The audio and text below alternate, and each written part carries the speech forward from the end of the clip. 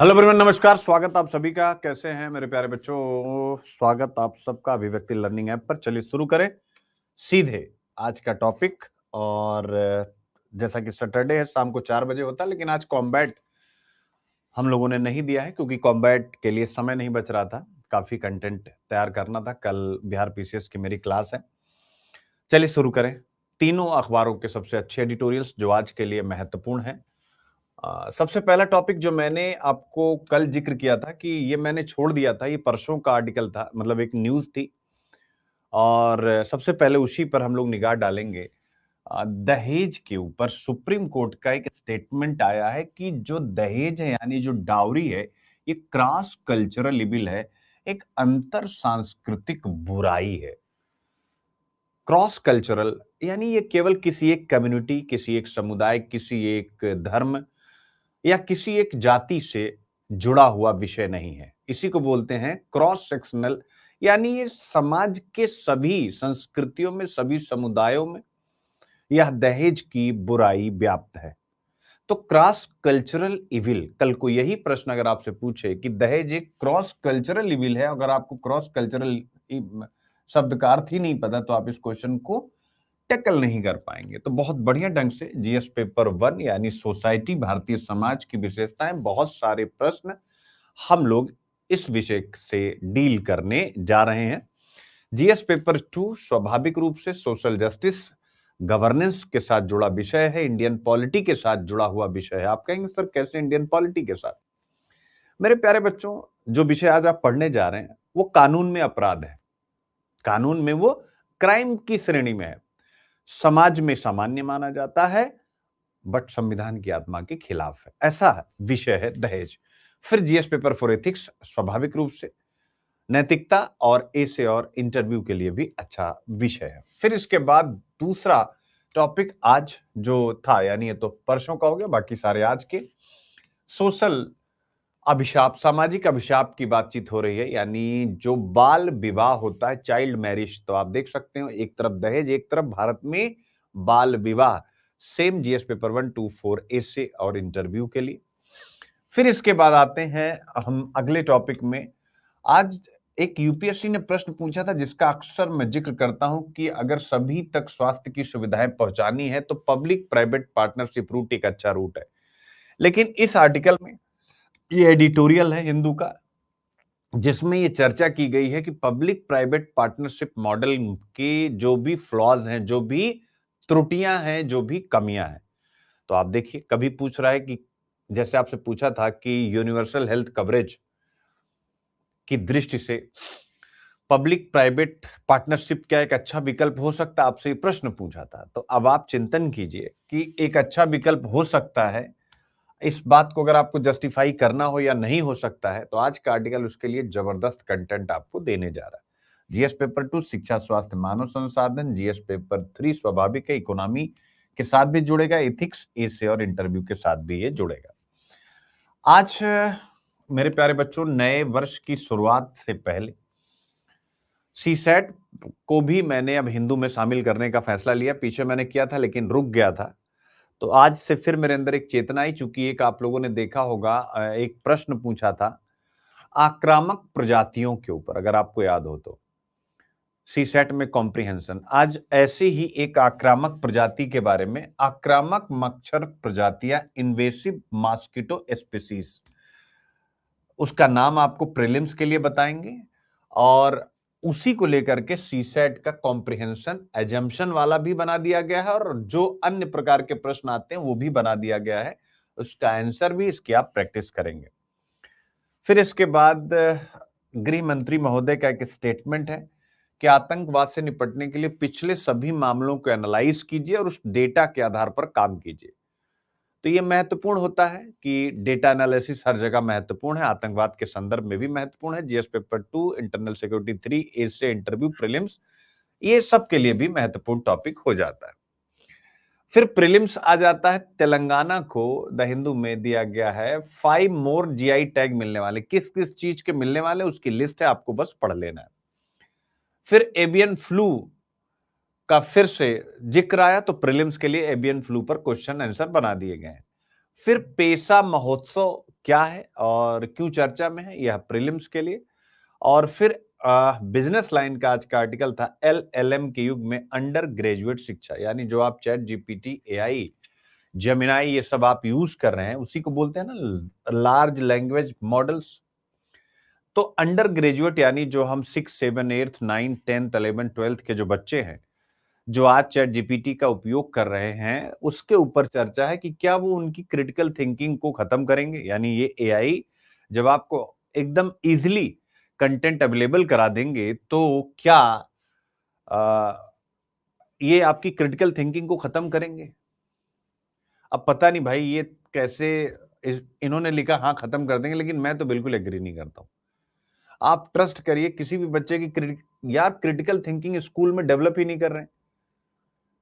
अगर इस विषय को मैं थोड़ा इमोशनल लूं, जो कि एग्जाम में लिखना नहीं होता, केवल आपको समझाने के लिए, आप क्या आपके स्कूल में आपकी क्रिटिकल थिंकिंग विकसित की गई थी? चलो बताओ भाई, क्रिटिकल थिंकिंग आपकी विकसित कैसे हुई किसी भी विषय पर सोचने की? जब आप सिविल सर्विसेज वगैरह की तैयारी करने आए होंगे तब आपकी। तो चैट जीपीटी यार जब जो जो काम टीचर नहीं कर पा रहे वो काम अगर ये कर रहा है तो बुराई क्या है?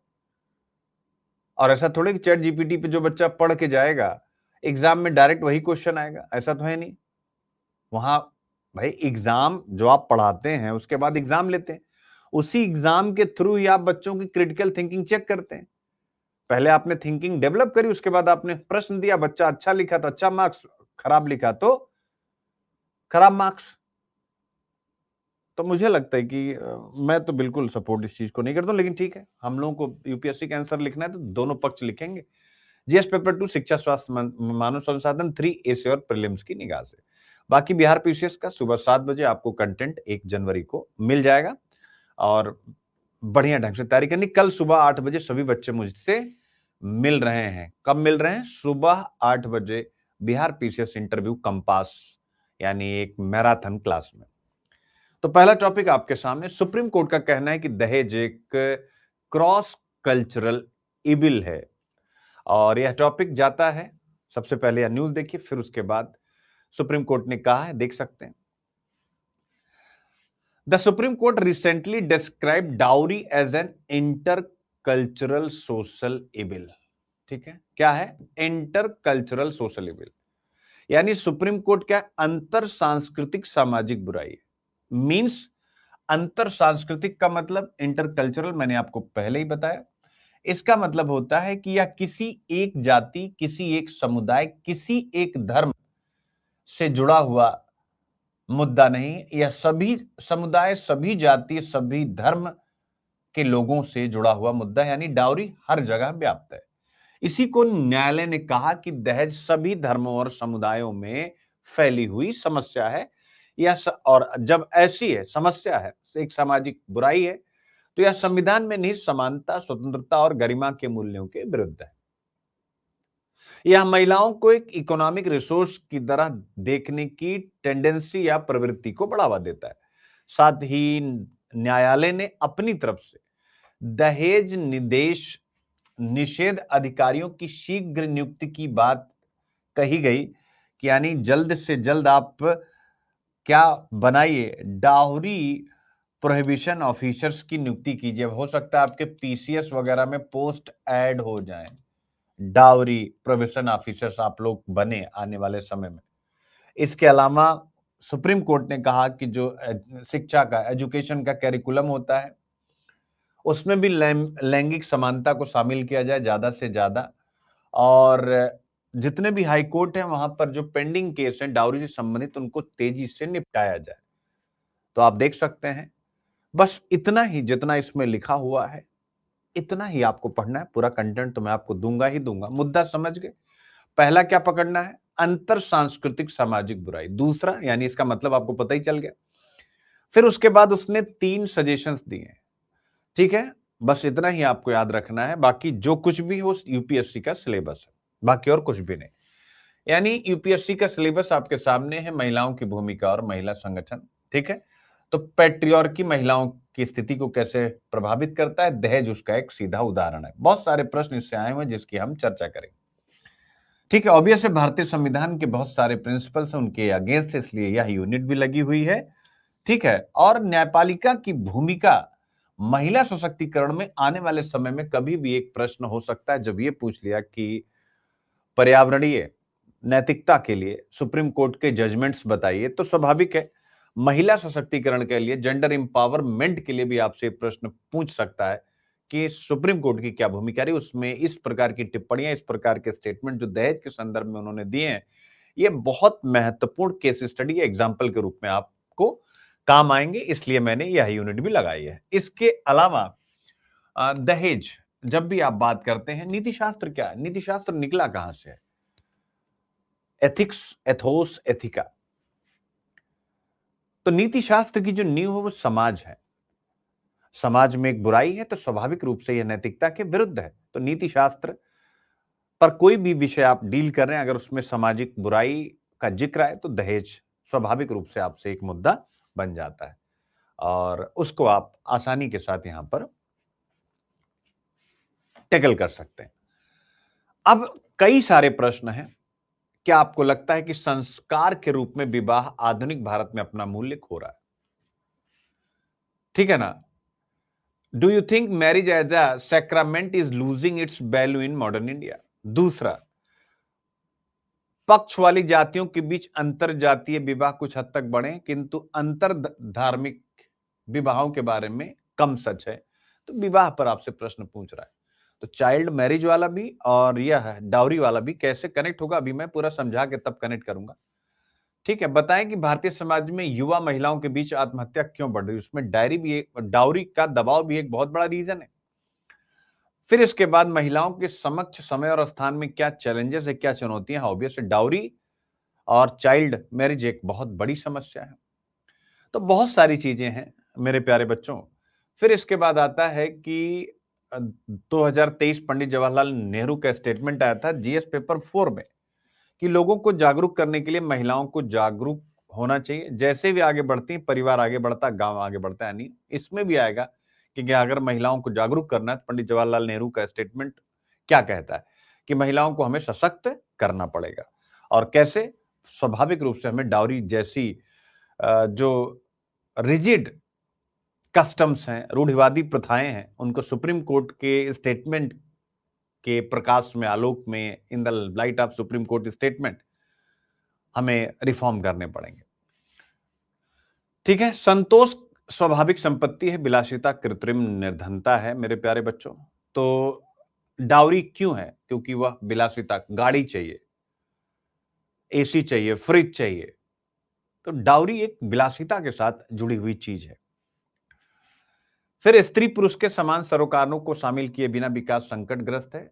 डाउरी के संदर्भ में सुप्रीम कोर्ट ने जो कहा वो बिल्कुल इस चीज को प्रमाणित करता है। भारत में नए युग की नारी की जब भी हम बात करेंगे तो डाउरी एक बहुत बड़ी समस्या के रूप में आएगा, चाइल्ड मैरिज एक बहुत बड़ी समस्या के रूप में आएगा। आई होप आप मुद्दा पूरी तरीके से समझ गए। समझ गए बच्चों? ठीक है, अब चलिए इसको निपटा लिया जाए। अच्छा टॉपिक है। जिनका सोशियोलॉजी ऑप्शनल, उनको काफी कुछ कंटेंट यहां से मिल जाएगा फिर। ठीक है बच्चे, तो दहेज को अंतर सांस्कृतिक बुराई के रूप में देखा गया है, सुप्रीम कोर्ट ने देखा है। यानी आप स्वयं देख सकते हैं जो विषय आप पढ़ने जा रहे हैं वो विषय क्या है। यानी ये कानून में अपराध है, समाज में सामान्य है। क्या विडंबना है और संविधान की आत्मा के खिलाफ है। मैं आपसे एक प्रश्न पूछूं बच्चों, मुझे बताएं एक बार, क्या मैं आपसे एक प्रश्न पूछूं, एक क्वेश्चन पूछूं कि अगर दहेज कानूनन अपराध है तो फिर हर साल हजारों दहेज के मामले क्यों आते हैं? नेशनल क्राइम रिकॉर्ड ब्यूरो के आंकड़े अगर आप देखें, एनसीआरबी के आंकड़े आप देखें, बोलिए। और जब इतने मामले आते हैं तो सुप्रीम कोर्ट ने जो टिप्पणी की है उसको भी आपको समझने की आवश्यकता है। और दहेज क्या है आप सबको बताने की आवश्यकता नहीं। यानी दहेज एक सामाजिक बुराई है जिसमें विवाह के समय या बाद में लड़की के परिवार से लड़के या उसके परिवार को पैसा, सामान, गाड़ी, घर सुविधा दी जाती है। तो समस्या उपहार नहीं है, समस्या परंपरा नहीं है, समस्या है कंपल्सन। यानी उपहार देना कोई समस्या नहीं है, परंपरा कोई समस्या नहीं है। हमेशा पकड़िएगा, जो उपहार मिलते हैं बहुत अच्छी बात है, लेकिन जब उसको आप कंपल्सन कर देते हैं, अनिवार्यता कर देते हैं कि भैया इतना हम आप देंगे तभी बारात आएगी। और कंपल्सन क्यों है? Because of the social pressure, सामाजिक दबाव कि भाई लड़का अच्छा है, थोड़ा दहेज दोगे तो लड़की अच्छे घर चली जाएगी।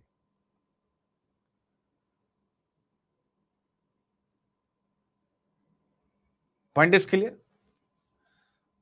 अब ऑब्वियस है डाउरी है, लेकिन लॉ कहां है, कानून कहां है, सबसे बड़ा मुद्दा आता है। तो आपको पता है कि 1961 में डाउरी प्रोहिबिशन एक्ट यानी दहेज निषेध अधिनियम लाया गया था। दहेज लेना और दहेज लेना और देना दोनों इसके माध्यम से अपराध यानी क्राइम घोषित किए गए थे, और इसमें सजा और जुर्माने का भी प्रावधान मौजूद था।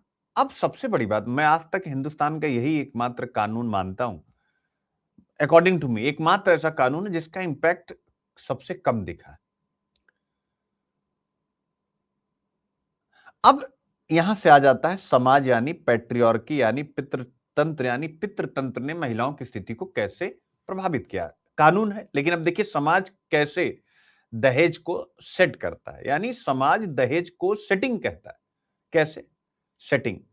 कि लड़की की अच्छी सेटिंग हो जाएगी, यानी लड़का अच्छा है, यह कहकर पितृसत्तावादी समाज पेट्रियार्कल सोसाइटी जायज ठहराता है। दूसरा, बेटी की शादी है कहकर लड़की पक्ष की मजबूरी बना देता है। और जब ये दोनों बातें होती हैं, यहीं से दहेज एक इंस्टीट्यूशनल, मतलब एक सोसाइटल इंस्टीट्यूशन बन जाता है, यानी एक सामाजिक संस्था बन जाती, केवल दहेज लेन देन नहीं रह जाता, यानी एक परंपरा होगी कि हमने करना ही करना है। तो ऐसे में सुप्रीम कोर्ट ने सीधे इस दहेज को संविधान से जोड़ा और कहा कि यह आर्टिकल 14 कानून के समक्ष समानता, आर्टिकल 15 लैंगिक भेदभाव का निषेध, आर्टिकल 21 गरिमा के साथ जीवन के विरुद्ध है। और फिर सुप्रीम कोर्ट ने क्या कहा, जरा ध्यान से यहां देखिएगा मेरे प्यारे बच्चों। ये जो सबसे महत्वपूर्ण टिप्पणी है कि डावरी यह महिलाओं को आर्थिक संसाधन की तरह देखने की प्रवृत्ति को बढ़ावा देता है, यानी dowry converts women into instruments of financial extraction. मतलब महिला व्यक्ति नहीं है, महिला एक आर्थिक सौदा है, इकोनॉमिक डील है। और अगर ऐसा है तो ऑब्वियस से यह संविधान की आत्मा के खिलाफ है कि नहीं है?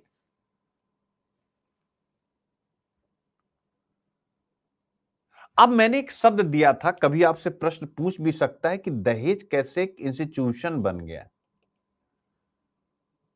क्या है? दहेज कैसे एक संस्था बन गया, इंस्टीट्यूशन बन गया? ऐसा प्रश्न बन सकता है। बहुत सी ऐसी सामाजिक बुराइयां हैं जो भारत में एक सामाजिक संस्था बन चुकी हैं, तो दहेज एक सामाजिक संस्था बन चुका। क्यों? नंबर 1, क्योंकि ये पीढ़ी दर पीढ़ी चलता है। क्यों? क्योंकि इसको सोशल एक्सेप्टेंस है, सामाजिक स्वीकृति है, यानी कोई इसके बारे में बुरा सोचता ही नहीं। तीसरा, परिवार और रिश्तेदारी से जुड़ा है, इसलिए इसे कहते हैं इंस्टीट्यूशनलाइज्ड सोशल प्रैक्टिस, यानी ऐसा सामाजिक अभ्यास जो संस्था का रूप ले चुका है। तो जब हम किसी भी समस्या को इंस्टीट्यूशन के हिसाब से कनेक्ट कर देते हैं, यानी इंस्टीट्यूशनलाइज्ड सोशल प्रैक्टिस कहते हैं, संस्थागत सामाजिक अभ्यास कहते हैं, तो इसका क्या मतलब? इसका मतलब होता है कि यह अकेले व्यक्ति की गलती नहीं है या पूरे समाज के स्ट्रक्चर में ही प्रॉब्लम है, समाज की संरचना में ही समस्या है। आपसे मैं पूछना चाहता हूं, समाज आप अगर 50,000 किसी भी, और इतनी सैलरी होना बहुत बड़ी बात है, लो मिडिल क्लास, और उसके नीचे कितनी आबादी होगी इंडिया की? 80% आबादी होगी कि नहीं होगी? इनफैक्ट इससे ज्यादा, मैं 80% का आंकड़ा ले रहा हूं, ठीक है, 80%। अब आप सोचिए अगर उनकी सैलरी 50,000 है महीने, इतना होती नहीं बॉस, लेकिन चलो मान लेते हैं, किसी की 40 है, किसी की 30 है, किसी की 20 है, अब आप मुझे बताइए कि अगर आप वो पूरा जीवन, अगर उसको 10 लाख रुपए इकट्ठे शादी का खर्च जो कि मिनिमम हो ही जाता है, अगर उसको इकट्ठा करना पड़े, रखना पड़े, तो क्या रख पाएगा? फिर वो क्या करे? कर्जा लेगा, जमीन गिरवी रखेगा, ना जाने क्या क्या करेगा, अपनी कितनी इच्छाओं को वो रोकेगा, बीमार होगा, हॉस्पिटल नहीं जाएगा। तो इसको आप केवल दहेज से मत लीजिए। ये दहेज एक ऐसी बीमारी है जो लेता है और जो देता है। तो जो देता है, लेने वाला, उससे ना जाने कितनी उसकी समस्याएं भी दे देता है। ठीक है? यानी भारतीय समाज में ऊंचे स्टेटस में शादी सफलता मानी जाती है। लड़के की नौकरी, पैकेज, पद, इन सब की कीमत होती है। और जब यह सब होता है तो इसको एक शब्द दिया जाता है जिसे बोलते हैं हाइपरगैमी। क्या बोलते हैं? हाइपरगैमी। हिंदी में हाइपरगैमी। तो परिणाम क्या होता है इस हाइपरगैमी का? शादी एक रिश्ता नहीं बनता, बल्कि एक मार्केट ट्रांजैक्शन बन जाता है। यही चीज यहां पर डिस्कस की गई है मेरे प्यारे बच्चों। नारीवादी जो है वो क्या कहते हैं? वो कहते हैं कि दहेज पेट्रियार्कल कंट्रोल है। दहेज पितृसत्ता का नियंत्रण है, जिसमें महिला वस्तु की तरह, जैसे हम कोई वस्तु खरीदते हैं, उसी प्रकार से महिला वस्तु या विनिमय यानी एक्सचेंज की इकाई बन जाती है इस दहेज के द्वारा। जैसे हम रुपया देके कुछ खरीदते हैं, वैसे समझिए हम यह भी खरीद रहे हैं। इसका परिणाम क्या होता है मेरे प्यारे बच्चों? महिला की जो ऑटोनॉमी है वो खत्म होती है, घरेलू हिंसा को बढ़ावा मिलता है और दहेज मृत्यु तक ले जाता है। इसीलिए सुप्रीम कोर्ट का निर्णय जो फेमिनिस्ट जूरिस्प्रूडेंस है उससे मेल खाता है, याद रखिएगा। यानी पितृसत्ता को चुनौती देता है।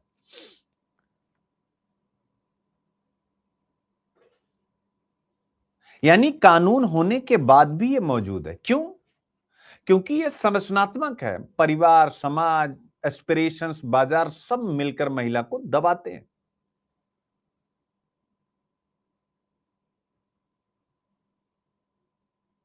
मुस्लिम समाज में भी दहेज आ चुका है। मेहर एक रस्म होती है मुस्लिम समाज में, जो महिला का अधिकार था। आज मेहर सिंबॉलिक हो गया है और दहेज वहां पर डोमिनेंट हो गया है, वहां पर भी।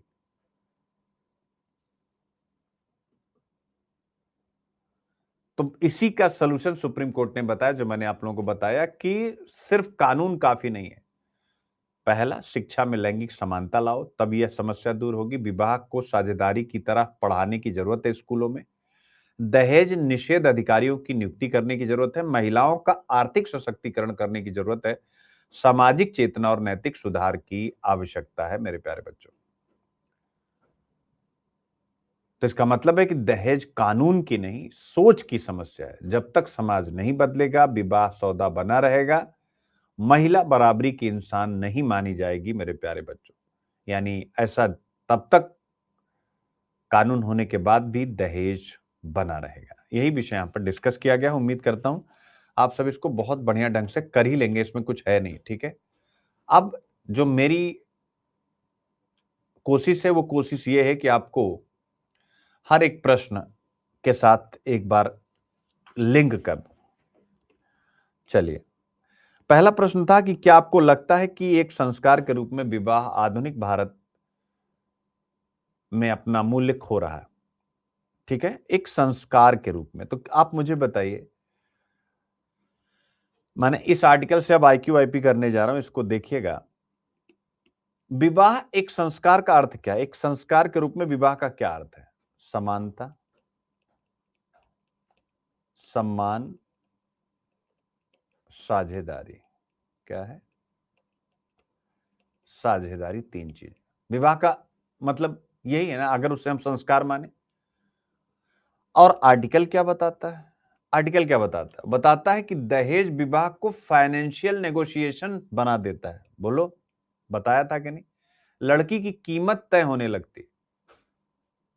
तो ऐसे में इसका IQIP क्या है? IQIP यही है कि जब विवाह साझेदारी से, पार्टनरशिप से डील यानी सौदा बन जाए, ऑनर यानी सम्मान से मूल्यांकन बन जाए, तो ऑब्वियस है विवाह के जो संस्कार वाले मूल्य हैं वो तो कमजोर हो ही रहे हैं ना। तो मेरे प्यारे बच्चों, दहेज विवाह को संस्कार से सौदे में बदल देता है, और यही कारण है कि आधुनिक भारत में विवाह का नैतिक मूल्य क्षीण होता दिखता है। क्या क्लियर हूं मैं यहां पे? समझ पाते हैं आप? अब दूसरा प्रश्न है कि भैया इंटर कास्ट यानी दो जातियों के बीच में तो विवाह हाल के समय में बढ़े हैं, लेकिन दो धर्मों के बीच विवाह उतनी स्पीड से नहीं बढ़े। अब इसका IQIP यानी आर्टिकल से कनेक्शन क्या है आप देख सकते हैं। यानी आर्टिकल क्या कहता है? आर्टिकल कहता है क्रॉस कल्चरल, यानी दहेज हर धर्म में, हर जाति में है। ध्यान से समझिएगा, ठीक है। अब इंटर कास्ट का मतलब क्या हो गया? जैसे यहां लिखा हुआ है ना, ठीक है, inter caste marriage. Inter caste मतलब दो जातियों के बीच में, इंटर रिलीजियस यानी दो धर्मों के बीच में। अब डाउरी यहां कैसे आता है? ये जो दहेज होता है ये रिस्क मैनेजमेंट टूल बन जाता है। यानी अगर आप अंतर जातीय विवाह कर रहे हैं, अंतर धार्मिक कर रहे हैं, और साथ में अच्छा खासा दहेज भी दिया जा रहा है, तो जो रिस्क है वो सब मैनेज हो जाता है, याद रखिएगा। तो ऐसे में दहेज जैसी सामाजिक प्रथाएं सामाजिक सीमाओं को मजबूत करती हैं, जिसके कारण अंतर धार्मिक विवाह सामाजिक रूप से हतोत्साहित होते हैं। ध्यान समझिए कि यहां पर मैं दो बात कह रहा हूं। पहली बात, मैंने कहा कि कभी कभी ऐसा होता है कि भाई अगर इंटरकास्ट मैरिज हो रही, लड़की की तरफ से अच्छा खासा दहेज दे दिया गया, मामला सेटल हो गया। दूसरी तरफ यह भी एक ऐसी ऐसी ऐसी स्थिति है कि अगर दहेज आप लेना चाहते हैं तो स्वाभाविक है, आप हो सकता है आपको अपनी कास्ट में मिले तो आप वहां चले जाएंगे, दूसरी कास्ट में नहीं जाएंगे, तो स्वाभाविक रूप से इससे अंतरजातीय और अंतर धार्मिक विवाह दोनों हतोत्साहित होते हैं, नहीं होते हैं। तो इनडायरेक्टली आप यहां पर भी कनेक्ट कर सकते हैं, ठीक है।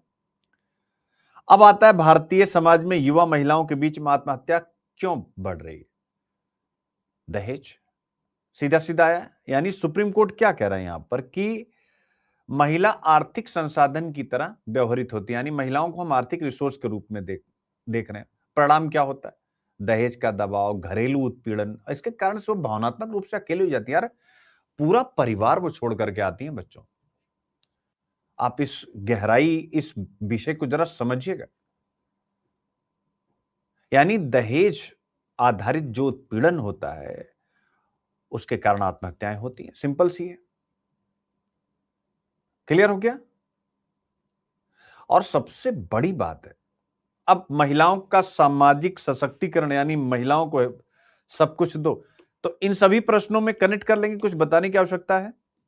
दहेज दहेज दहेज, तो इन सभी प्रश्नों में कनेक्ट हो जाएगा। बाकी पूरा कंटेंट आपके पास डिटेल में है ये। और सोचिए आप, एक मैं सामान्य आपसे बात करूं, पहले एक बार ये मॉडल क्वेश्चन भी है जिसकी प्रैक्टिस आप कर लेंगे कि दहेज महज एक कानूनी मुद्दा नहीं बल्कि एक गहरी जड़ें जमा चुकी सामाजिक संस्था है।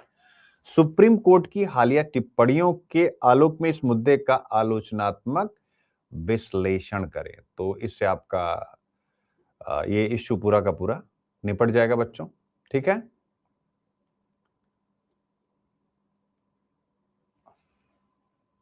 अब मैं थोड़ा सा इस पर आप लोगों से, क्योंकि मैं वही शख्स हूं जिसने मतलब दहेज और ये सारी चीजें मेरी डिक्शनरी में ना थी और ना मैंने इसका कभी इस्तेमाल किया, और मैं होता हूं कौन इस्तेमाल करने वाला, सिंपल सी बात है, ध्यान से समझिएगा।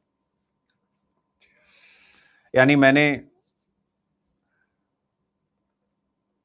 आप ऐसा मान सकते हैं कि सब कुछ मैंने खुद किया है, ऐसा आप मानिएगा, ठीक है।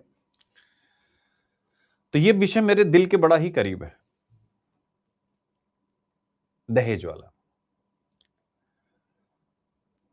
आप विश्वास करें, मैं लेना पसंद ही नहीं करता, कोई भी हो।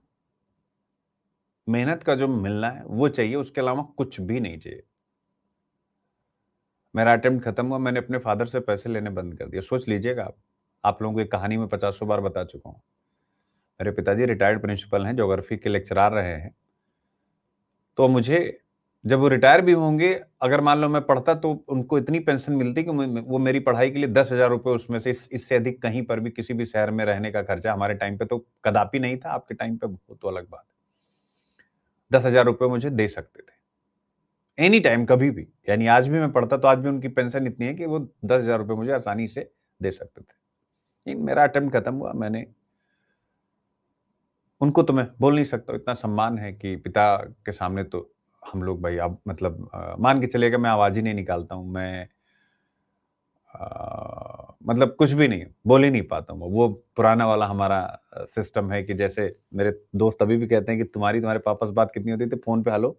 तो जितना 3 रुपए 26 पैसे कितना स्टडी पे आता था पहली बार फोन करने पे, दिल्ली से जब मैं क्या करता था, उतनी हमारी बात होती थी। लेकिन मैंने नहीं लिया और फिर एक नौकरी की 11,000 रुपए की, बिना किसी शर्म के कि मैं आईएएस बनना चाहता था और नहीं बन पाया। मेरे अंदर बहुत बड़ा कोई एक पर्सनालिटी आ गया। मैं छोटा काम, पहली बात तो काम कोई छोटा बड़ा होता नहीं, आईएएस के कंपेयर की बात मैं करके छोटा कह रहा हूँ कि भाई मैं जिम में एज अ ट्रेनर मैंने काम किया। नहीं, 11,000 रुपए की सैलरी पे किया। 3 से 4 महीने काम किया, 70,000 रुपए इकट्ठे हुए और फिर मैंने मैगजीन निकाल दी 2012 के दिसंबर में। यानी बस उतना ही पैसा इकट्ठा किया जितने से मेरी मैगजीन निकल जाती।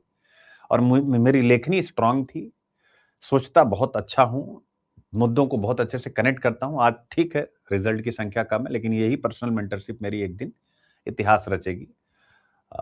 आनंद सर की तरह आप देखिएगा, फिक्स है। तो उसके बाद फिर मैं अपने विषय पे हूं, ध्यान से समझिएगा, यहां अपनी कहानी नहीं बता रहा हूं मैं, ये इसी दहेज पे आ रहा हूं। जो विषय लिखा हुआ था ना कि लड़कियां जो सुसाइड कर लेती हैं, मैं उसी पे आ रहा हूं, ये इसी वाले विषय पर। ये बताएं कि भारतीय समाज में युवा महिलाओं के बीच आत्महत्या क्यों बढ़ रही, मैं इसी विषय पर हूं। तो अब अपनी बात इसलिए बता रहा हूं कि जिससे आप रिलेट कर सकें, जो भी मैं अंत में निष्कर्ष दूंगा उसके साथ, कि जो व्यक्ति कह रहा है वो वैसा है। ठीक। तो पत्रिका आई और उसके बाद आप सबको रेस्ट ऑफ द हिस्ट्री है। बहुत सुपर हिट गई वो, मतलब सुपर हिट मतलब बहुत ज्यादा वाली सुपर हिट। और अच्छा मुझे मतलब उसने मुझे सेटल कर दिया। 2014 तक मैं अच्छे से सेटल था, गाड़ी वाड़ी सारी चीजें मेरे पास सब मैनेज थी। 2014 में अपने पैसे से, सोचिए आप, जो 3 साल पहले आईएएस में फेल हो गया था, 11,000 की नौकरी कर रहा था, महज 3 साल में उसके पास एवरीथिंग, सब कुछ जो उसे चाहिए सब उसने अचीव किया। तो दहेज, अब वहां से आते हैं। तो ऑब्वियस है कि मैंने अपने व्यक्तित्व का बताया कि मुझे लेना नहीं पसंद है, मेहनत से जो मिले वो चाहिए, बाकी आपसे कुछ नहीं चाहिए। इसलिए नहीं चाहिए चूंकि पैसे हैं तो सुविधाएं उपभोग कर रहे हैं, नहीं थे तो उसकी कोई आवश्यकता नहीं थी। ऐसा ही प्रत्येक व्यक्ति को होना चाहिए कि अगर है तो आप उपभोग करिए, नहीं है तो आप संतुष्ट रहिए। सबसे बड़ी बात है, दूसरों को देख करके ईर्ष्या मत कीजिए। दूसरे आगे बढ़ रहे हैं तो ताली बजाइए। मेरे व्यक्तित्व की सबसे बड़ी खूबी बेटा यही है कि अगर आप आगे बढ़ोगे ना, मैं इतना ताली बजाऊंगा जैसी कोई लिमिट नहीं है। इनफैक्ट मैं रो देता हूं, जैसे जब मैं टीवी देखता हूं, किसी भी खिलाड़ी, किसी भी अच्छे एक्टर जो अच्छी परफॉर्मेंस दे रहे हैं, उनको अवार्ड मिल रहा है, एकदम ऐसा लगता है कि डिजर्व करता। वो खड़े हुए सब ताली बजा रहे हैं, हम भी अपने घर में ताली, मेरे घर वाले कहते हैं आप क्यों बजा रहे हैं? क्या मुझे अच्छा लग रहा है यार, कि अगर हम कोई चीज बड़ा नहीं कर पाए लेकिन जो आसपास के लोग बड़ा कर रहे हैं, तो कम से कम मुझे ये फील तो आ रहा है कि हम नहीं कर पाए, शायद कुछ था, ये कर पा रहे, शायद इनके अंदर कुछ और है। तो अब आते हैं सीधा इस विषय के ऊपर कि आत्महत्या क्यों बढ़ रही। जैसा हमने एक, बहुत सारे रीजन है लेकिन एक दहेज उसका एक बड़ा रीजन है। जैसे लड़की जब एक घर से दूसरे घर में शिफ्ट होती है, दहेज ना लेने के पीछे हर एक व्यक्ति के पास यही रीजन होना चाहिए, और यही मुझ में था, यही मैं चाहता हूं मेरे बच्चों में आए। कि एक लड़की यार जब घर छोड़ती है ना, तो वो लड़की अपना मायका उसे कहते हैं ना, तो अपना जो वो मायका छोड़ देती है, तो जब आती है ससुराल, एस एम मीन्स मायका, एस मीन्स ससुराल, तो ये केवल एक लड़की नहीं है, ये केवल एक लड़की नहीं है जो यहां से यहां आ रही है यार। ये एक, अब मैं देवी भी नहीं कहूं, चूंकि मैं महिलाओं को, मैं पुरुषों को इक्वल मानता हूं, ये देवी भी नहीं है, बट ये कुछ अलग है। जो देवी नहीं, उससे भी कोई बड़ी पर्सनालिटी। अब देखो, वो अलग बात है, घर में आना, बंटवारा, ये वो सब, उसके लिए सब जिम्मेदार होते, केवल महिलाओं के ऊपर ठीकरा फोड़ देना is not a good thing. आप अपने घर से दूर रहना कितने दिन पसंद करते हैं? आप बताइए। मैं अपने गांव जाता हूं, फिर मैं मुश्किल से 2 रोज में वापस आ जाता हूं। मतलब अच्छा फंक्शन हो तो भी, मेरा अपना कोई फंक्शन हो तो भी, बेटे का मुंडन था तो भी, मैं 2 दिन में दिल्ली वापस आ जाना चाहता हूं, क्योंकि ऑब्वियसली मैंने अपने जीवन का सबसे बड़ा समय दिल्ली में बिताया, लगभग 2001, 23 साल, 24 साल से मैं दिल्ली में, 24 साल से, तो मेरे जीवन का 45 साल का मैं, 24 साल तो मैंने दिल्ली में बिताया, तो दिल्ली एकदम घर जैसा मुझे लगता है। यहां से मेरा कनेक्ट अधिक बना। तो मेरा कहने का मतलब यह है बच्चे कि, और जो भी कुछ बनवाया घर और अपने अपनी मेहनत से, अपने उससे, तो इससे और भी थोड़ा सा कनेक्ट रहता है कि, तो मेरे प्यारे बच्चों, एक लड़की, मतलब कितना आप सोचिए कि आप अगर अपने घर से एक हफ्ते बाहर रहते हैं, लगता है कि अब चले जाएं। दिवाली होली में जब आप पढ़ाई के लिए बाहर निकलते हैं, आपको लगता है आप अपने घर चले जाएं। ये लड़की जब यहां से निकलती है ना बॉस, ससुराल के लिए, तो सब कुछ छूटता है। फोन है ठीक है, टेक्नोलॉजी है ठीक है, लेकिन इसका अपना जो सब कुछ है ना, यानी इसके फ्रेंड्स क्या क्या छूटते हैं। फैमिली की तो मैं बात ही नहीं कर रहा हूं, इसके फ्रेंड्स इसके साथ, यानी ऑलमोस्ट सब छूट जाते हैं। यानी ससुराल वाले ही तय करते हैं कि तुम्हारा फ्रेंड कौन होगा। इसके रिलेशन, बुआ ताई जो भी होते हैं, ये भी छूटते हैं, चूंकि ये ससुराल वाले ही तय करते हैं कि तुम्हारा रिलेशन किससे होगा, किससे नहीं होगा। यानी अगर इनका संबंध इनसे खराब है, तो फिर लड़की का संबंध कितना भी अच्छा इनके साथ है, वो संबंध खत्म ही मान करके चलिए। अपना जिसका खून है, यानी फादर, मदर, ब्रदर, यानी वो सब छोड़ करके यहाँ आ रही है आपके पास। बहुत कुछ, बहुत कुछ, अपना पूरा इकोसिस्टम, अपना पूरा जो कुछ भी उसकी अपनी, मैं कह सकता हूं कि उसके जीन का सब कुछ, जो शुरुआत में 20 वर्षों तक, 18 वर्षों तक उसको मिला, पूरा इकोसिस्टम मैंने कह दिया, तो वापस उसी एक विशेष समय थे। और जब वो छोड़ करके आती है, तो यहां क्या चाहती है वो? चिंतन कीजिए। वो यहां क्या चाहती है? वहां ये चाहती है कि वही इकोसिस्टम उसको यहां मिले। और जिन परिवारों में डाउरी है, यानी दहेज है, डाउरी है यानी दहेज है मेरे प्यारे बच्चों, उन परिवारों में आप चिंतन कीजिए कि क्या ये इकोसिस्टम उसको मिल सकता है? चिंतन कीजिए आप। मैं कहता हूं, इस इकोसिस्टम में अगर हस्बैंड केवल मिल जाए तो भी काम चल जाता है। लड़कियां इतनी, यानी इनके साथ भी उसका काम चल जाता है। लेकिन अगर डाउरी है, तो स्वाभाविक हस्बैंड तो पहले से ही नहीं है, क्योंकि हस्बैंड कितना भी अच्छा है, अगर वो डाउरी पर अपने घर में चुप है, तो इसका मतलब कि वो दब्बू नहीं है, उसकी पर्सनालिटी ही नहीं है। इज अ फिनिश गाय। वो एक, केवल आप समझ सकते हो कि रक्त मांस से बना हुआ एक मानव है, उसके पास बाकी और कुछ भी नहीं। भले आपको प्यार करता हो, जिसके साथ आप जीवन बिताना चाहते हैं, अगर उसके ऊपर डाउरी का दबाव है और आप मस्त हैं कि मैं तो, मम्मी पापा हैं या मेरी फैमिली है या कोई भी है, मैं लेकिन तुमसे बहुत प्यार करता हूं, तो फिर वो उस प्यार का कोई मतलब नहीं। जहां पर हस्बैंड का भी सपोर्ट नहीं है, फिर क्या होगा इकोसिस्टम में? सुप्रीम कोर्ट ने इसको ऑब्जर्व किया है, वहां लड़की अकेला, और ये अकेलापन, ताने, समाज, दुनिया धीरे धीरे धीरे उस लड़की को खोखला करते चले जाते हैं। और समय के साथ उसकी जीने की इच्छा जो होती है, वो खत्म हो जाती। क्यों? इसलिए नहीं कि वो हार जाती, इसलिए कि उसका इकोसिस्टम ही नहीं होता। अब इकोसिस्टम के बिना तो आप, ऑक्सीजन भी खत्म हो जाएगी। आप मुझे बताएं, अगर इस पूरे इकोसिस्टम हम भी हैं, फ्लोरा है, फौना है, सब लोग हैं ना, तब हम अच्छे से आगे बढ़ पा रहे हैं। एक इकोसिस्टम उसने छोड़ा, दूसरा इकोसिस्टम साथ नहीं दे रहा है, तो फिर वो तो सांस ही नहीं ले पाएगी, ब्रेथ ही नहीं कर पाएगी, और फिर स्वाभाविक है उसके पास एक ऐसा विकल्प होता है जिसको चूज नहीं करती है। जो कहते हैं ना, इस लड़की को बहादुर होना था, वो चूज नहीं करती, वो मजबूर हो जाती। बट फिर भी होना नहीं चाहिए, होना नहीं चाहिए।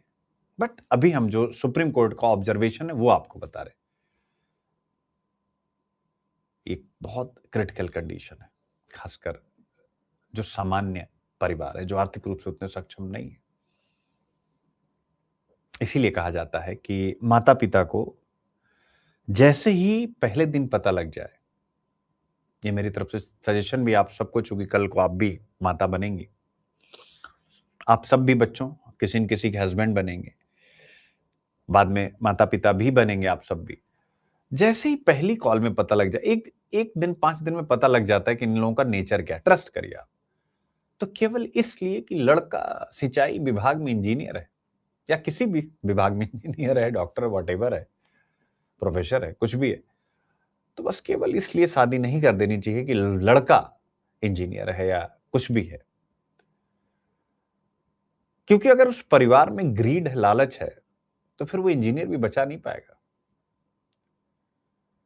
सो आप सब भी इस चीज को हमेशा ध्यान रखिएगा कि जैसे उसी समय रिश्ता तोड़ देना चाहिए, और कमजोर रिश्ता हो जाए तो भी चलता है, लेकिन हमारे समाज में दिखावा भी है, तो फिर रिजल्ट भी वही है। तो इकोसिस्टम ब्रेक होने के कारण आत्महत्या बढ़ती, ये मैं आपको सिखाने जा रहा हूं, मतलब सिखा रहा हूं, जिसका एक उदाहरण मैंने आपके सामने रख दिया। ठीक है, तो ये कहीं ना कहीं एक बड़ा ऐसा मुद्दा होता है, और ये दहेज वहेज के चक्कर में यार वही लोग पड़ते हैं जिनके अंदर अपनी पर्सनालिटी नहीं होती।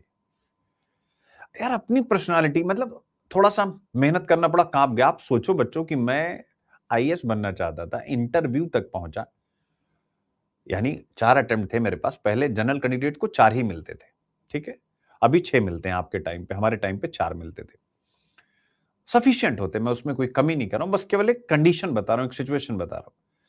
मेरे बच्चों, मेरे चारों अटेम्प्ट को अगर जोड़ देंगे तो एक बार 242 सीट थी, एक बार 305 वगैरह थी, एक बार 355 थी, एक बार 400 कुछ थी।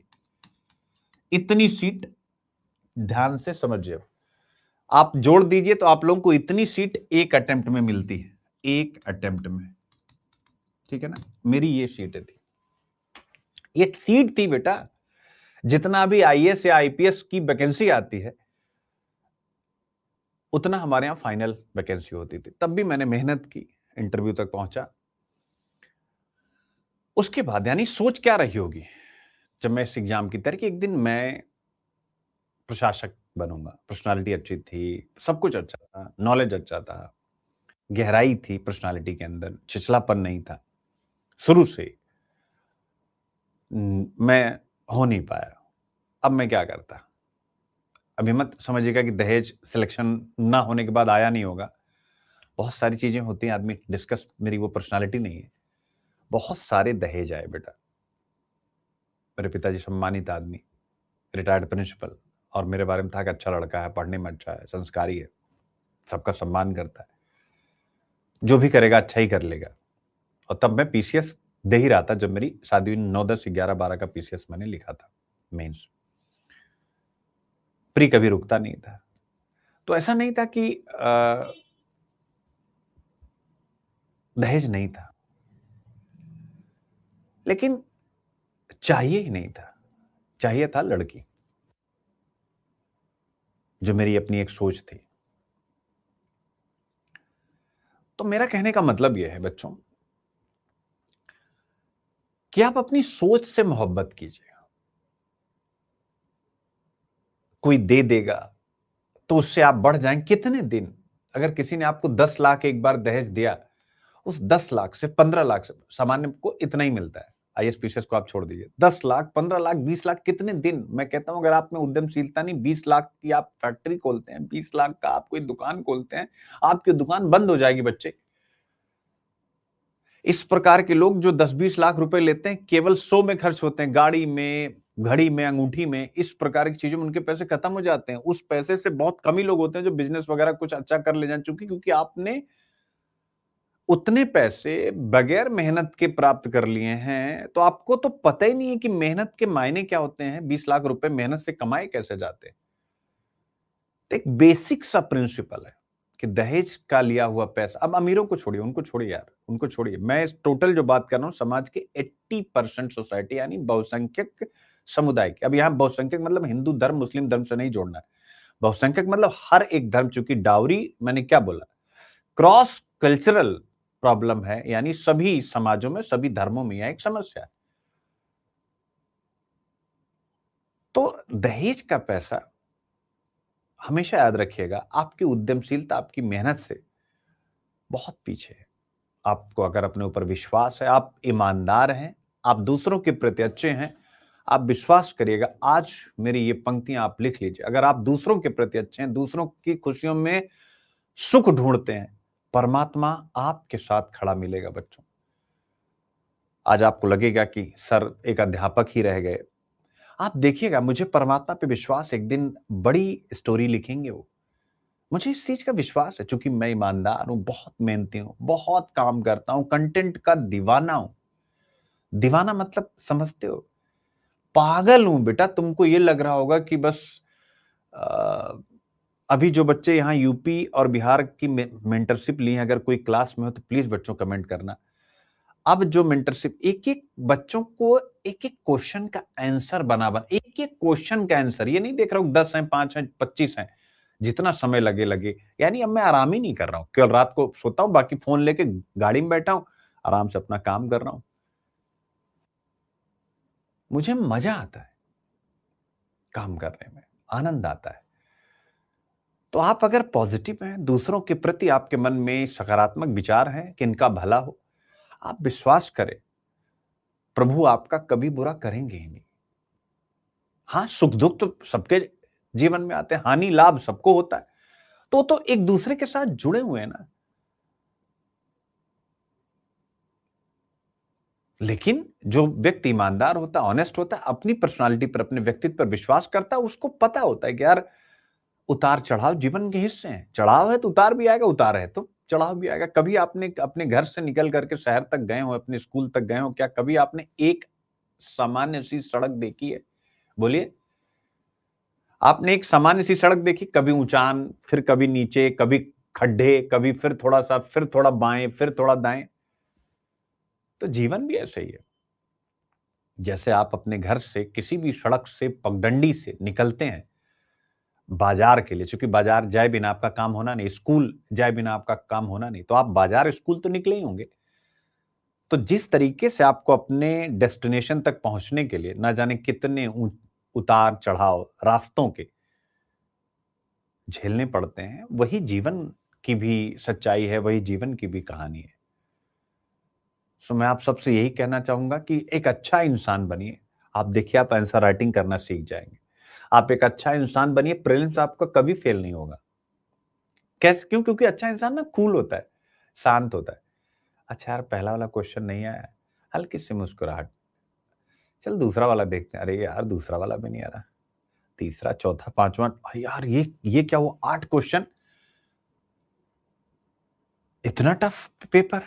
तो फिर अंदर से एक आवाज आएगी, बेटे धैर्य रख, तेरे लिए ही नहीं, जितने कॉम्पिटिटर बैठे होंगे, ये 8 क्वेश्चन सबके लिए वैसे ही है जैसा तुम फील कर रहे हो। तो फिर शांत हो जाएगा, हाँ यार बात तो सही है। और मेरिट भी कभी नीचे जाती कभी ऊपर जाती, आपको ये चीज भी पता है। तो फिर आप धैर्य रखेंगे और 9वां क्वेश्चन आप सही मारेंगे। और फिर जब 5 क्वेश्चन सही हो जाएंगे ना, तो फिर पहले से 8 तक फिर से अगर आप कोशिश करेंगे तो 1-2 क्वेश्चन जो टफ लग रहे थे वो आपको इजी लगने लगेंगे। इसको बोलते हैं पॉजिटिव थिंकिंग। समय के साथ जब समय का नेगेटिव हथौड़ा हमारे ऊपर चलता है तो हम दुखी हो जाते हैं और भगवान को, दुनिया को, टीचर्स को, अपने माता पिता को, परिवार को भला बुरा कहने लगते हैं। और जैसे ये रास्ता हम पकड़ते हैं, वैसे ही हमारे पतन की शुरुआत शुरू हो जाती है।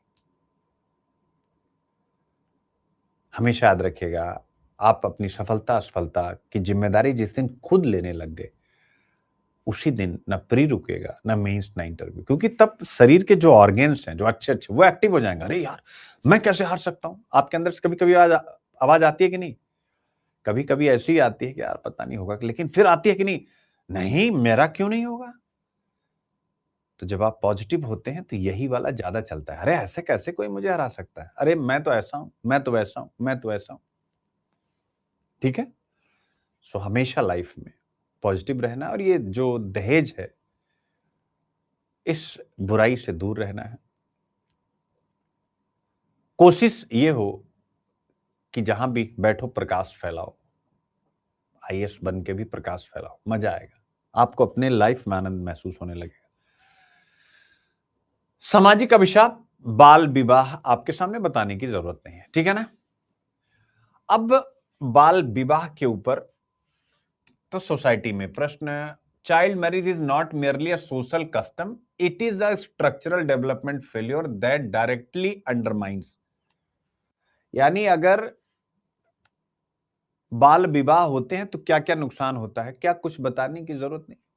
बोलिए, बोलो बच्चों, क्या कुछ बताने की आवश्यकता है इसमें, बोलो भाई।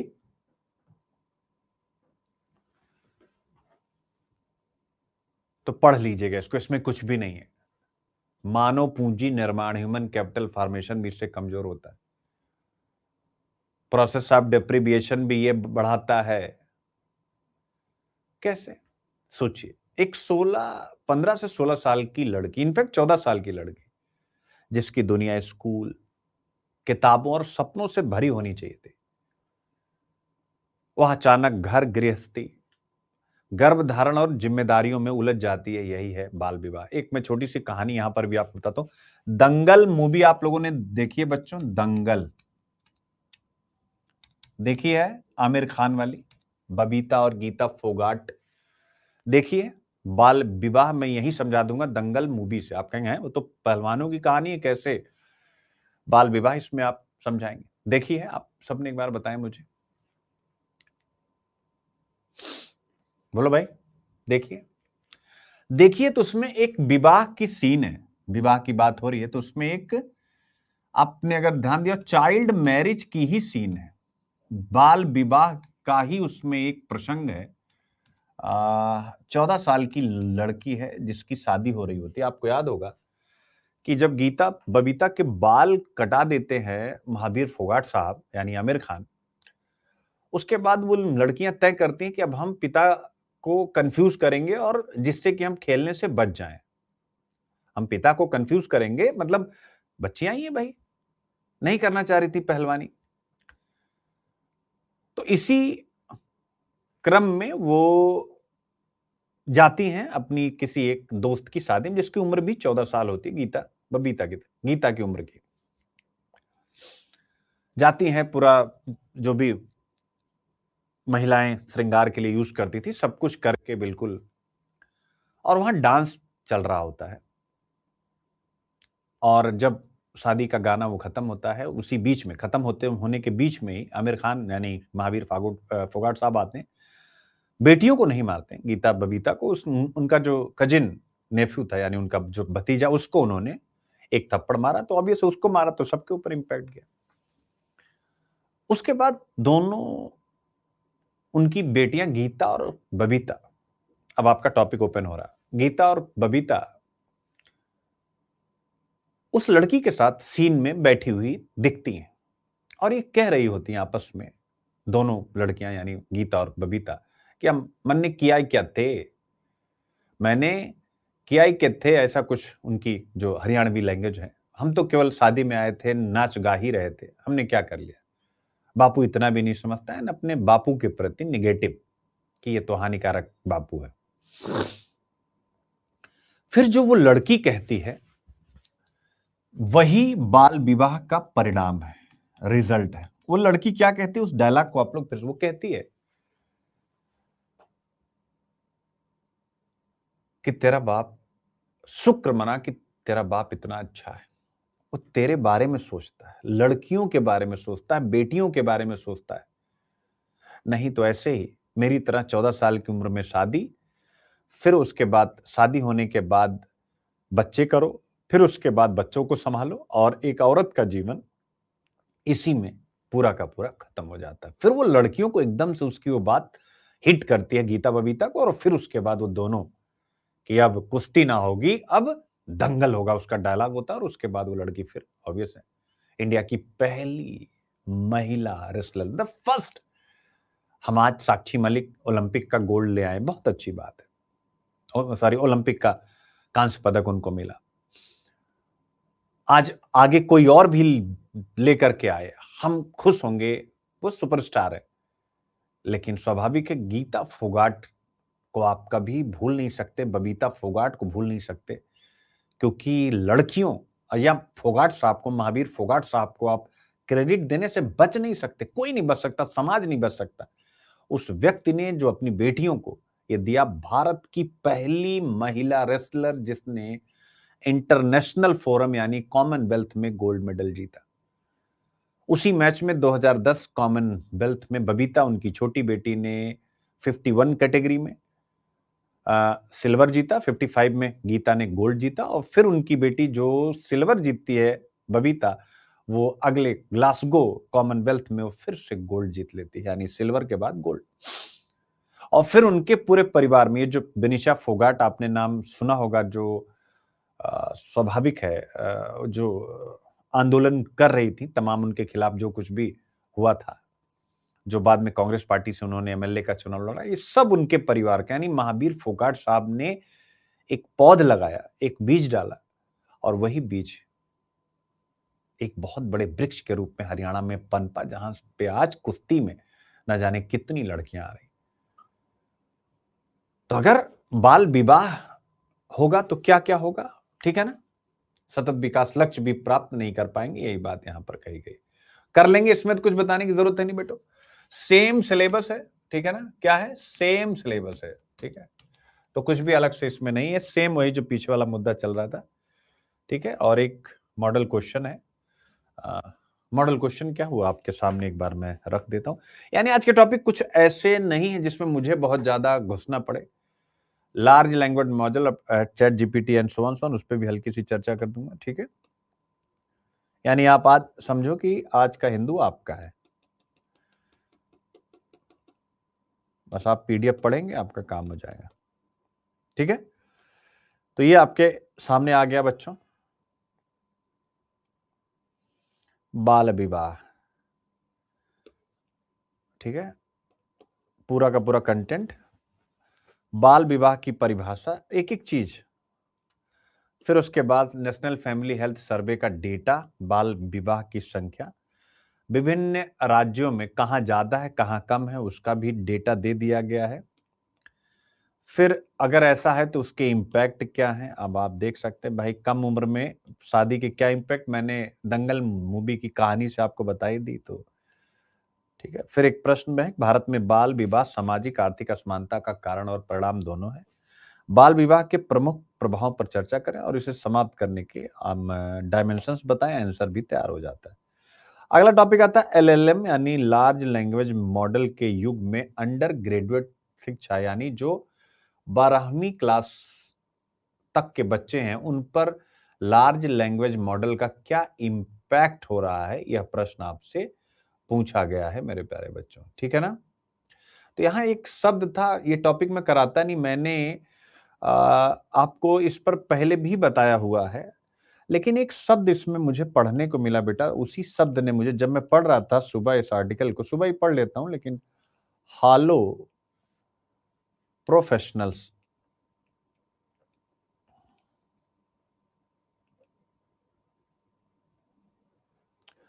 हॉलो, हॉलो मतलब समझते हो ना, कोई ऐसा क्षेत्र जो बिल्कुल खाली हो, हॉलो। तो ये कह रहे हैं कि एलएलएम हॉलो प्रोफेशनल्स तैयार करेगा, ये थोड़ा सा मुझे ठीक लगा कि चलो ये आप लोगों को पढ़ा दिया जाए। लेकिन हम पढ़ाएं क्या, पहले एक बार आप जरा मुद्दा देख लीजिए मेरे प्यारे बच्चों, फिर हम लोग इसको अच्छे से समझेंगे और मैं समझाऊंगा, ठीक है?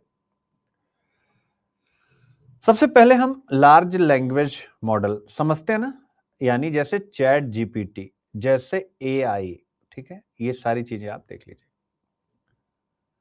मान लीजिए आप रात को 2 बजे पढ़ रहे हैं, जो मेरी पर्सनल मेंटरशिप में है वो भी, जो मेरी क्लास में वो भी, और आपको जीडीपी और जीएनपी पढ़ना है, जीडीपी और जीएनपी का अंतर क्या है,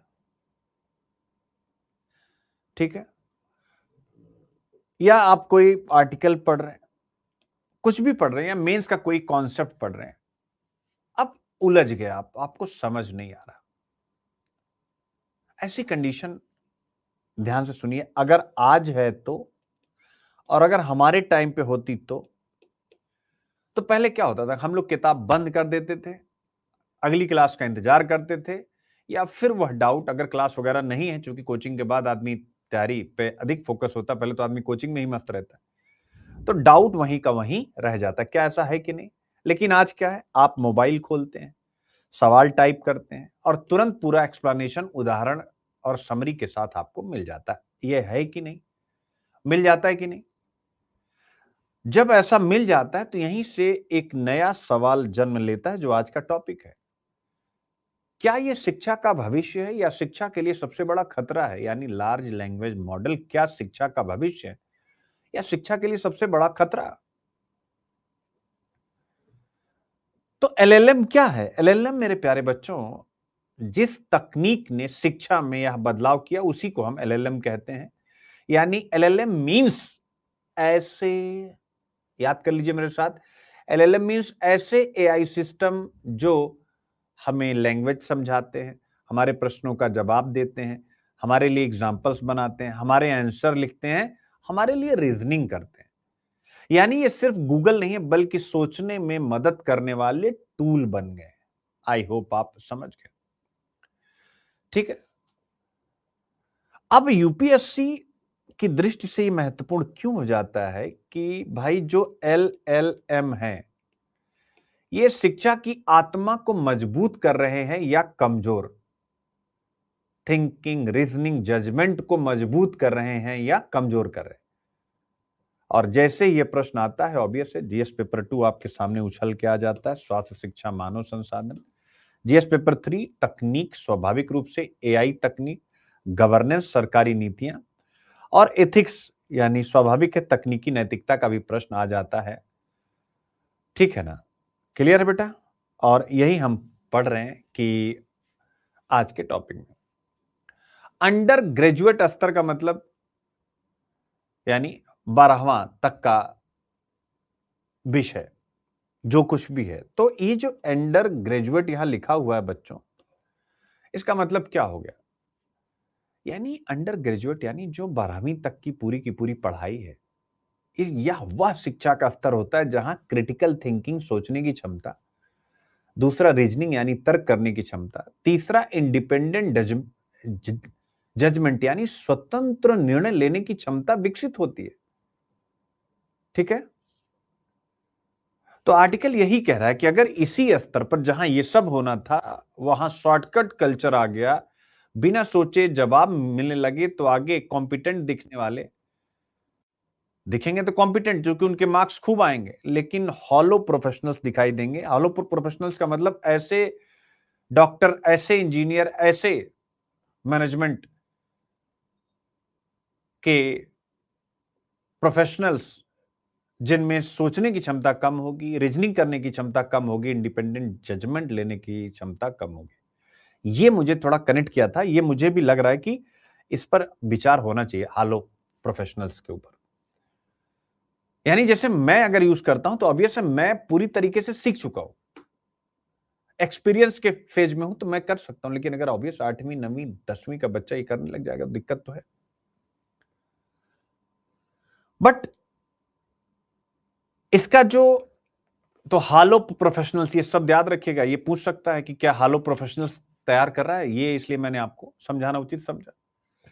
अब लार्ज लैंग्वेज मॉडल्स जो हैं, क्यों इतने पॉपुलर हो रहे हैं बच्चों?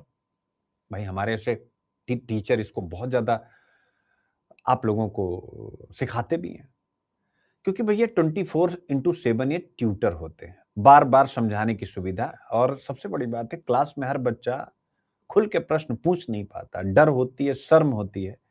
तो बिना डर और शर्म के सवाल पूछने का ये मौका भी देता है। ये तो बच्चों के लिए हो गया, और शिक्षकों के लिए हो गया कि उनके लेक्चर नोट्स को ये अच्छा बना देता है, क्वेश्चन बैंक उनके बना देता है, केस स्टडीज बना देता है, और टीचिंग सपोर्ट अच्छा दे देता है। इसलिए इसका उपयोग तो रुकने वाला है नहीं, कोई रोक सकता नहीं, लेकिन यहीं से खतरा शुरू होता है और जैसे खतरा शुरू होता है तो वह प्रश्न जिंदा हो जाता है। राष्ट्र के भाग्य के स्वरूप का निर्माण उसकी कक्षाओं में होता है। यानी शिक्षा का मूल उद्देश्य क्या है? क्या केवल उत्तर पाना? आप कहेंगे नहीं सर, सोचने की क्षमता विकसित करना। शिक्षा असली वही है जो सोचने की क्षमता है।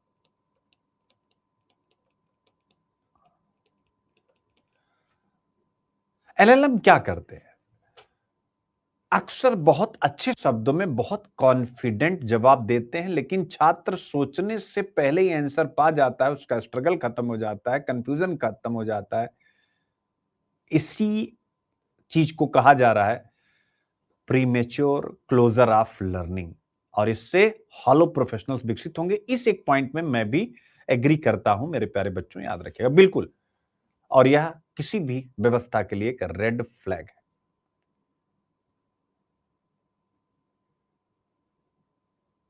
दूसरी समस्या यहां जो बताई गई है, सोचने की क्षमता कम हो सकती है, और दूसरी जो समस्या बताई गई है सत्य, यानी छात्र क्योंकि ये फ्लुएंट आंसर देता है तो आप लोग उसको सही मान लेते हैं। वेरिफिकेशन की आदत खत्म हो रही है, तो ऐसे में यह क्रिटिकल थिंकिंग और एथिक्स दोनों के लिए खतरनाक है। बच्चे ये बहुत गलत फैक्ट भी देता है। मैं आपको बताना चाहता हूं कैसे। मैंने एक बार ज्योतिष पे पूछा कि कुछ अपना पूछा कि X year, Y year, Z year में मैं टॉप पे चल रहा था, ऐसा मैंने पूछा। अभी मैं मिड में चल रहा हूं। एस्ट्रोलॉजी, अब चूंकि मैं तो बेटा 19,000 वाला यूज करता हूं, तो मेरा तो बहुत ही ताकतवर है, हर महीने लगता है, मैं समझे साल का है। तो वो बहुत ज्यादा डेटा एनालिसिस करता है, तो वो एस्ट्रोलॉजी पर भी वो उसका दावा चैट जीपीटी का बहुत अच्छा करता है। तो मैंने पूछा उससे अपना कुछ, तो जो जो मैंने इतना ही लिखा कि एक्स वाई जेड में मैं, मतलब एक्स वाई जेड जैसी स्थिति मेरी कब आएगी। अब उसको लगा कि मैं कह रहा हूं कि एक्स वाई जेड में मेरी स्थिति निगेटिव थी। उसने पूरा, अरे आपका राहु ऐसा था, आपका केतु ऐसा था, सब गलत सोचो। और इसी बहाने मेरा चेक हो गया कि तो बड़ा गप्पी है यार, ये तो गप करता है। फिर मैंने उससे क्रॉस क्वेश्चन किया, हमने कहा यार तुम तो सीधा गलत बता रहे हो, मैंने बोला ही नहीं, तुम वो चीज बता रहे हो। मैंने कहा ये तो मेरा सबसे अच्छा साल था। फिर क्या, मैं माफी चाहता हूँ, ये वो, फिर अटरम शटरम शुरू किया। तो ये एक बहुत बड़ा इश्यू। अगर आप, जैसे मैं टीचर हूं, तो कोई भी कंटेंट जब मैं लेता हूं, तो मैं जब उसको पढ़ता हूं तो मुझे उसमें पता लग जाता है कमी क्या है। फिर मैं उसको फिर से कमांड देता हूं, ये तुमने गलत बताया, इस सोर्स पे जाओ और अब निकालो कंटेंट। तो फटाफट 19,000 वाला बहुत मस्त है। फिर वो इग्नू की साइट पे चला जाता, पूरा उठा लेता है, पूरी पीडीएफ निकाल देता है, मुझे कुछ करना नहीं पड़ता है। इनफैक्ट बेटा, पीवाईक्यू के सारे क्वेश्चन 2013 से 26 तक के मैं हिंदू में डालने लगा हूं। ये आपको जनवरी, यानी 1 जनवरी से जो मेरा हिंदू का लेक्चर होगा, उसमें आपको आईक्यूआईपी का एक नेक्स्ट लेवल मिलने जा रहा है। आईक्यूआईपी का एक नेक्स्ट लेवल, ठीक है ना? तो कुछ दिन में उस पर नेक्स्ट लेवल लगाऊंगा मैं। तो स्वाभाविक रूप से वो बहुत स्ट्रांग, लेकिन वो गलत बता रहा। तो मैं क्या करता हूं, पकड़ लेता हूं। हमने कहा तुम तो झूठ बोल रहे हो यार। तो अब अगर छोटा बच्चा है, ऑब्वियस है, वो तो बिल्कुल नहीं पढ़ पाएगा 11th में, 12th में, 9th में, 10th में। मैं इसलिए पकड़ पा रहा हूं चूंकि यूपीएससी के फैक्ट, चूंकि मैं यूपीएससी दे चुका हूं, मेंस लिख चुका हूं, मेंस निकाल चुका हूं, तो मैं पकड़ पाता हूं ना बेटा, ऐसे तो नहीं। और फिर बिना चैट जीपीटी के स्टडी की है, और 10 साल बिना चैट जीपीटी के टीचिंग की है। तो पूरा ये हमारे लिए एक सहायक टूल के रूप में है, मुख्य टूल ये मेरे लिए बिल्कुल भी नहीं। आप कभी चेक करिएगा, उल्टा पुल्टा बताता बेटा, हिंदू में गलतियां कर देता है। तो मैं बताता हूं भाई 24 क्यों लिख रहे हो, 25 लिखो, ये तो 25 की न्यूज है। देखो पूजा करेगी, बहुत गलती करता है तो करता है, ठीक, खैर। तो ठीक है, अब निष्कर्ष, किस निष्कर्ष की तरफ आप बढ़ें। तो बच्चे याद रखिएगा, आप हमेशा एलएलएम पर कोई भी प्रश्न आता है तो आपको निष्कर्ष ये लेना है कि ये ना तो शिक्षा के दुश्मन है और ना ही शिक्षा का पूर्ण समाधान है। असली सवाल यही है कि इन्हें कैसे इस्तेमाल किया जाए, कहां सीमा खींची जाए, पेडागॉजी कैसे बदली जाए। यानी वही आपको लोगों को सिखाना पड़ेगा कि कैसे एआई यूज करें। ध्यान से समझिए, क्या सिखाना पड़ेगा? AI literacy.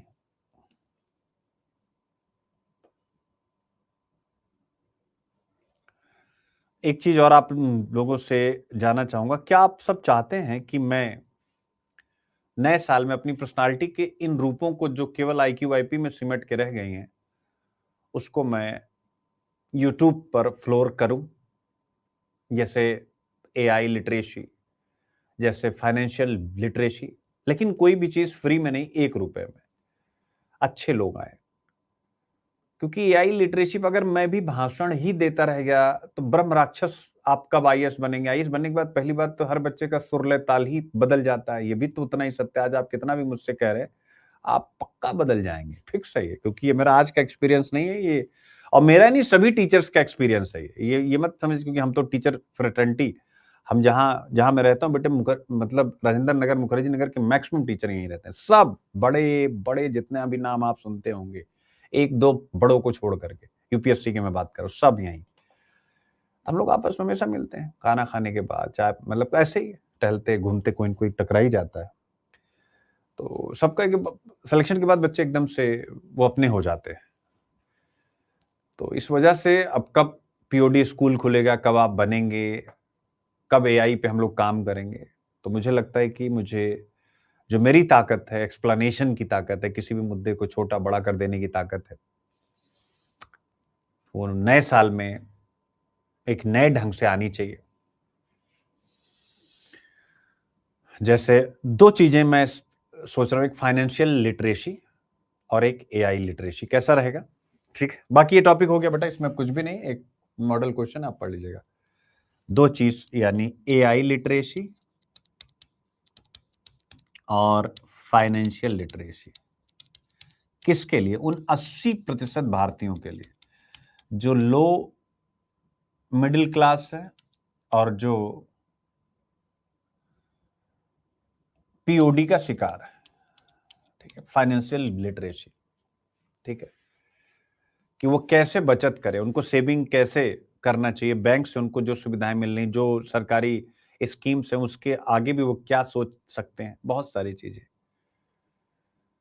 लेकिन वही एक सिलेक्शन भी तो कराना है, तो समय भी तो नहीं मिलता किसी भी टॉपिक पे काम करने के लिए। आप लोग कह रहे हो हाँ सर अच्छा रहेगा, लेकिन मेरी मजबूरी है, मन में विचार होने के बाद भी रुक जाता हूँ। उसके पीछे रीजन है कि सिलेक्शन भी तो नहीं, तो रिजल्ट नहीं, तो मैं ही नहीं। सबसे समस्या तो ये भी है। ठीक है बेटा, तो ये प्रश्न आप हल करिए। स्वास्थ्य सेवा को पीपीपी मार्क की आवश्यकता नहीं, ये बढ़िया टॉपिक, इसको भी मैं थोड़ा आपको समझाता हूं, पहले देख लीजिए। हाल ही में आंध्र प्रदेश सरकार ने प्रस्ताव रखा, पहले इस टॉपिक को आप देखिए। सिलेबस आपको पता है, मैंने स्टार्टिंग में ही बता दिया है। अब इस प्रश्न को देखिए, यहां पर 2015 में आपसे पूछा था, यानी निजी क्षेत्रक यानी पब्लिक प्राइवेट पार्टनरशिप एजुकेशन में आपसे पूछा गया, हेल्थ पर, ठीक है ना। ये आपसे एक प्रश्न पूछा गया और आज का टॉपिक भी यही है। हाल ही में आंध्र प्रदेश की सरकार ने प्रस्ताव रखा कि नए मेडिकल कॉलेज और जिला अस्पतालों को पब्लिक प्राइवेट पार्टनरशिप के मॉडल पर विकसित किया जाएगा। तो आप कहेंगे सर बिल्कुल अच्छी बात है, क्यों ना विकसित किया जाए, ऐसा होना ही चाहिए, है? आएगा कि नहीं आपके मन में? बोलो बच्चों, आपके मन में ऐसा आएगा कि नहीं आएगा कि हमें विकसित करना ही चाहिए? बोलो। बाकी एलएलएम पर ये क्वेश्चन वगैरह बेटा सब बने हुए हैं, ठीक है।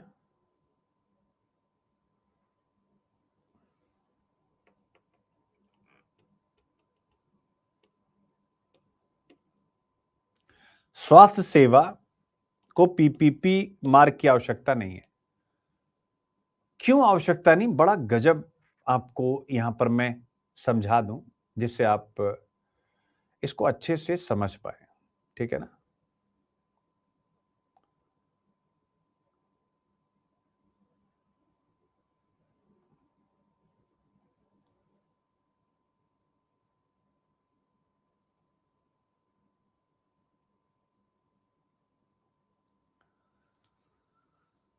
मेरे बच्चों, ये वाली आप न्यूज एक बार पहले देखिए, फिर उसके बाद मैं डिस्कस करता हूं।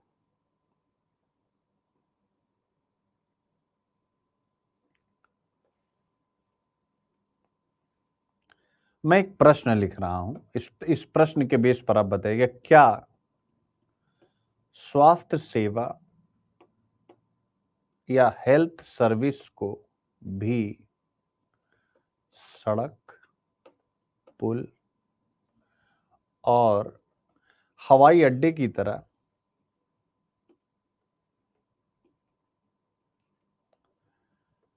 पब्लिक प्राइवेट पार्टनरशिप मॉडल पर चलाया जा सकता है?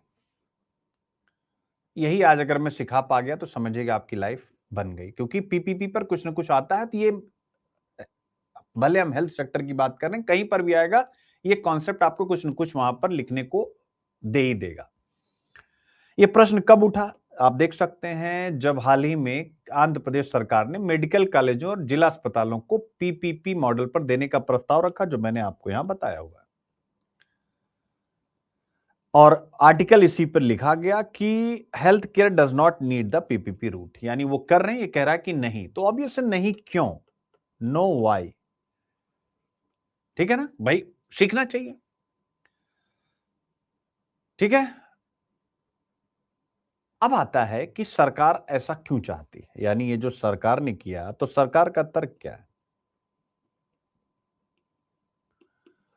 क्यों सरकार पीपीपी की बात करी? पहला, सरकारी संसाधन सीमित होते हैं, ऑब्वियस है, गवर्नमेंट रिसोर्सेज की एक सीमा है। दूसरा, अगर प्राइवेट इन्वेस्टमेंट होगा तो इंफ्रास्ट्रक्चर बहुत तेजी से और क्वालिटी वाला बनेगा। और तीसरा, जो हेल्थ सर्विसेज है उनकी गुणवत्ता सुधरेगी। तो यहां आर्टिकल राइटर ने प्रश्न उठाया कि क्या स्वास्थ्य सेवा केवल इंफ्रा का प्रश्न है, यानी केवल इंफ्रा से ही सब कुछ हो जाएगा, और यही यहां पर लिखा गया। लेकिन उसके पहले कितने बच्चे आप सब में हैं, मुझे अभी अभी एक दिमाग में आ रहा है कि आप लोगों को पहले बता दूं कि ट्रिपल पी मॉडल कितने बच्चों को पता है क्या होता है? पीपीपी मॉडल कितने बच्चों को पता है? ऐसे नहीं, लिखने के लिए पॉइंट्स के रूप में, समझ में आता नहीं, लिख पाते हैं कि नहीं, क्योंकि मेंस लिखना है। तो पब्लिक प्राइवेट पार्टनरशिप क्या है? एक व्यवस्था है बेटा, एक सिस्टम है जिसमें गवर्नमेंट, इसमें दो प्लेयर होते हैं, और प्राइवेट सेक्टर यानी निजी क्षेत्र। गवर्नमेंट क्या करती है? जमीन देती है, पॉलिसी देती है, लॉ एंड ऑर्डर मेंटेन करती है, गारंटी देती है, और कभी कभी वित्तीय सहायता, फाइनेंशियल असिस्टेंस भी देती है, जिसको हम कहते हैं वायबिलिटी गैप फंडिंग।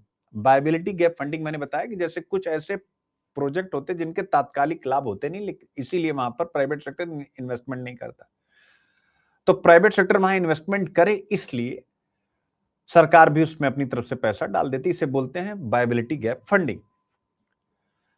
निजी क्षेत्र क्या करता है?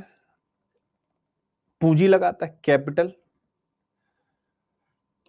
इंफ्रा बनाता है, यानी निर्माण का काम सारा वही करता है, और फिर सबसे इंपॉर्टेंट, संचालन, ऑपरेशन एंड मैनेजमेंट भी वही करता है। आई होप आप समझ गए, तीन काम ये कर रहे, तीन काम वो कर रहे।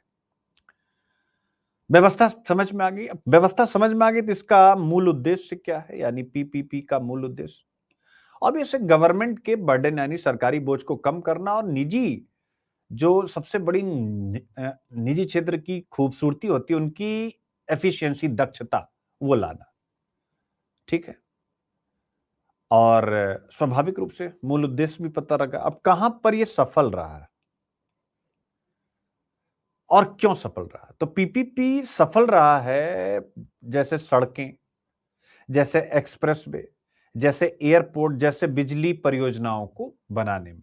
क्यों क्यों सफल रहा है, और क्यों हेल्थ में सफल नहीं होगा, जरा समझिएगा। तो ये सड़क बनवाने में, एक्सप्रेस वे बनवाने में, एयरपोर्ट बनवाने में, बिजली प्रोजेक्ट को बनाने में सफल रहा, क्यों? क्योंकि ये सब बेटा क्या है? ये स्टैटिक इंफ्रास्ट्रक्चर है, यानी बना दो खड़े रहेंगे। यानी एक बार इनको आपने बना दिया तो फिर ये स्वतः चलती हैं, इनको आपको चलाने की जरूरत नहीं पड़ती। सड़क आप जब यमुना एक्सप्रेस वे पे जाते हैं तो क्या उस पे आपको चलाने के लिए किसी की जरूरत पड़ती है? कि आप खुद ही चलते हैं। यहां पर किसी प्रकार का मानवीय हस्तक्षेप नहीं है। तो ऐसे में स्वास्थ्य सेवा आर्टिकल राइटर कह रहे हैं कि भैया इसको पीपीपी मार्क की आवश्यकता नहीं। क्यों? क्योंकि स्वास्थ्य सेवा रोज दी जाने वाली सेवा है, नंबर 1। दूसरा, डॉक्टर और मरीज के विश्वास पर आधारित है। नंबर 3, मेडिकल एथिक्स से जुड़ी है। चौथा, जीवन और मृत्यु से संबंधित है। इसलिए स्वास्थ्य सेवा को केवल कॉस्ट प्रॉफिट, लागत और लाभ के चश्मे से नहीं देखा जाता। आई होप आप समझ गए। और फिर वो तर्क देते हैं क्यों स्वास्थ्य क्षेत्र में ट्रिपल पी समस्याग्रस्त है। तो पहला तर्क वो ये देते हैं कि वीक रेगुलेटरी कैपेसिटी, यानी कमजोर नियामकीय क्षमता, नियम कानून। आर्टिकल राइटर कहते हैं पीपीपी तभी काम करता है जब सरकार के पास मजबूत रेगुलेटरी इंस्टीट्यूशंस हो, कॉन्ट्रैक्ट को सख्ती से लागू कराने की क्षमता हो और लगातार निगरानी हो। लेकिन भारत की वास्तविक स्थिति क्या है?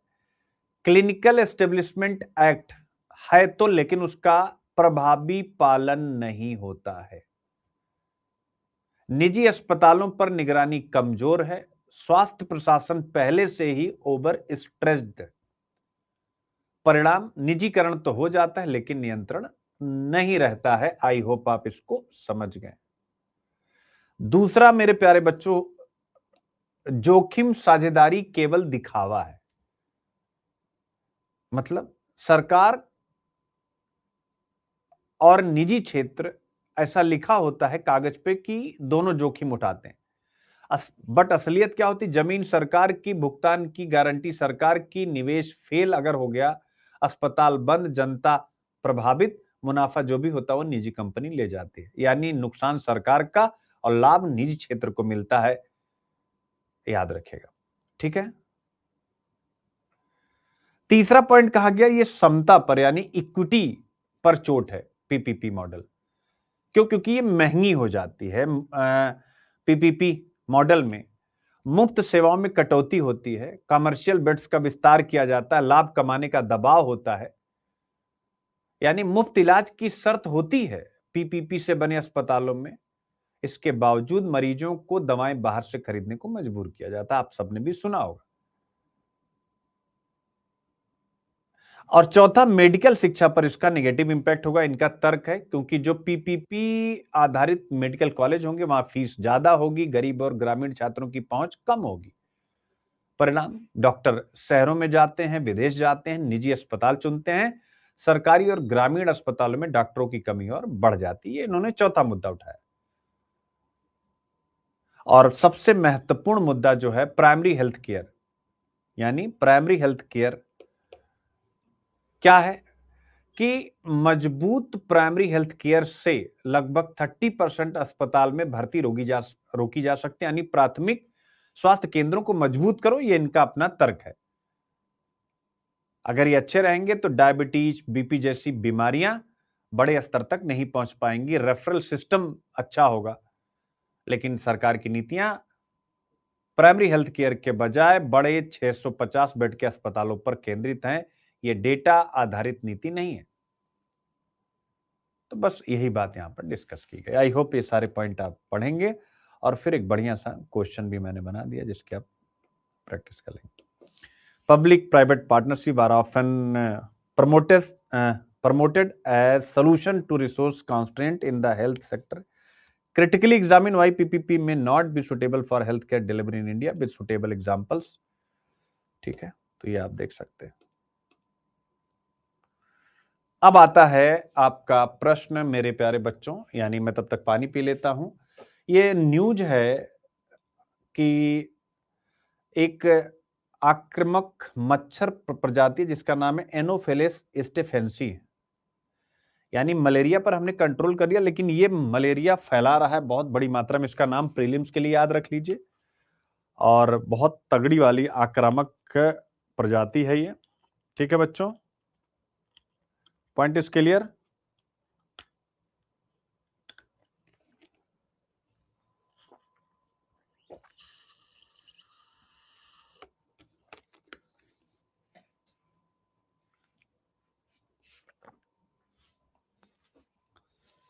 अब इसी पर मैंने, आप लोग इसकी प्रैक्टिस कर लीजिएगा। इसको मैंने सीसेट प्रीलिम्स के लिए बनाया है, पैसेज है ये, ठीक है। फिर इसके बाद एजम्पशन बेस्ड क्वेश्चन है, ठीक, हिंदी में भी वो है, गद्यांश और एजम्पशन बेस्ड क्वेश्चन है।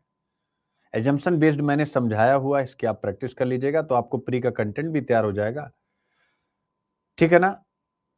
और फिर उसके बाद प्रीलिम्स के क्वेश्चन हैं, वो सारे बने हुए हैं, इनकी आप प्रैक्टिस कर लीजिए,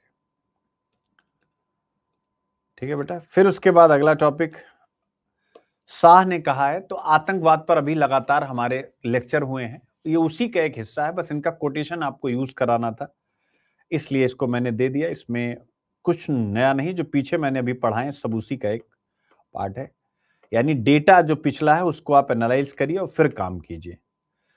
और उस पर एक प्रश्न भी बना दिया हूं कि भारत की आंतरिक सुरक्षा चुनौतियां तेजी से प्रौद्योगिकी आधारित और अंतर्राष्ट्रीय प्रकृति की होती जा रही, इस संदर्भ में आतंकवाद विरोधी क्षमताओं को मजबूत करने के लिए केंद्र सरकार ने क्या क्या उपाय सुझाए हैं। तो जो गृह मंत्री साहब के स्टेटमेंट उस पर क्वेश्चन भी बना दिया। तेलंगाना को 5 जीआई टैग मिलने वाले 5 वस्तुओं के, उनका नाम आप याद करेगा। जीआई टैग क्या होता है, बहुत बारी आपको बताया गया है, ठीक है ना। तो ये पांचों याद रखिएगा, पूछ लेगा कि ये कहाँ के हैं, कहाँ से बिलोंग करते हैं, तो आप इसको प्लीज याद रख लीजिएगा, ठीक है ना। भौगोलिक संकेत क्या है, भारत में इनका कानूनी आधार, अंतर्राष्ट्रीय ढांचा, पांचों का नाम यहाँ आप देख सकते हैं, ठीक है ना। तेलंगाना के अन्य और कौन कौन से जीआई आवेदन है जो लंबित है, तेलंगाना जिनमें अभी तक मिल चुका है, तो जो मैच वाले क्वेश्चन आते हैं वो प्रीलिम्स के लिए यहाँ से आपको मिल जाएंगे। और फिर क्वेश्चन भी बना दिया गया है 3, प्रैक्टिस कर लीजिएगा, ठीक है। एवियन फ्लू बताने की जरूरत नहीं है, प्रीलिम्स एवियन फ्लू के ऊपर बना दिया गया है। फिर विशाखापत्तनम में पेशा महोत्सव है आपके सामने मेरे प्यारे बच्चों, ठीक है ना। यानी Panchayat Extension to Scheduled Area Act 1996, ठीक है, ये आप देख लीजिए, तो ठीक है। बाकी ये कुछ ईयर एंड सेल है, अगर आप 31 तारीख तक कोर्स लेते हैं तो काफी ऑफर चल रहा है। प्रीलिम्स का कोर्स की फीस आप देख सकते हैं, और प्रीलिम्स की टेस्ट सीरीज भी है, तो आप इन दोनों पर एक ईयर एंड सेल है, जो भी बच्चे कनेक्ट होना चाहें कनेक्ट हो सकते हैं। ओके बच्चों, तो थैंक यू सो मच, बहुत बहुत प्यार, धन्यवाद, और लगे रहिए, खूब मेहनत कीजिए, ठीक है, थैंक यू।